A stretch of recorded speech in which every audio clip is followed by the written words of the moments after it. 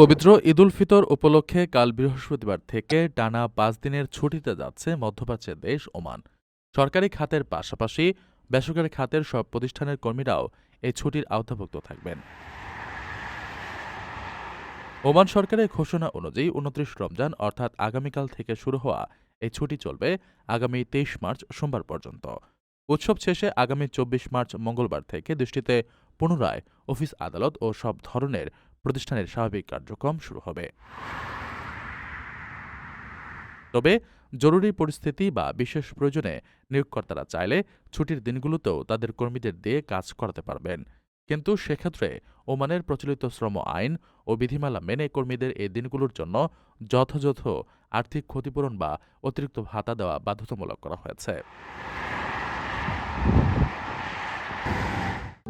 প্রবাসীদের জন্য নির্মাণ হচ্ছে দেশের প্রথম স্মার্ট সিটি, যেখানে থাকছে স্কুল, মসজিদ, হাসপাতাল, সুইমিং পুল, হেলিপ্যাড, পাঠাগার, জিম, সুপারমার্কেট, শিশু পার্ক সহ সকল নাগরিক সুবিধা। মাত্র ৩০ লাখ টাকা বিনিয়োগে মিলছে আকর্ষণীয় ফ্ল্যাট। প্লাটিনাম ইনভেস্টরদের জন্য ঢাকা বিমানবন্দরে ভিআইপি প্রোটোকল সুবিধা। বিস্তারিত জানতে যোগাযোগ করুন স্ক্রিনে দেয়া হোয়াটসঅ্যাপ অথবা ইমো নাম্বারে।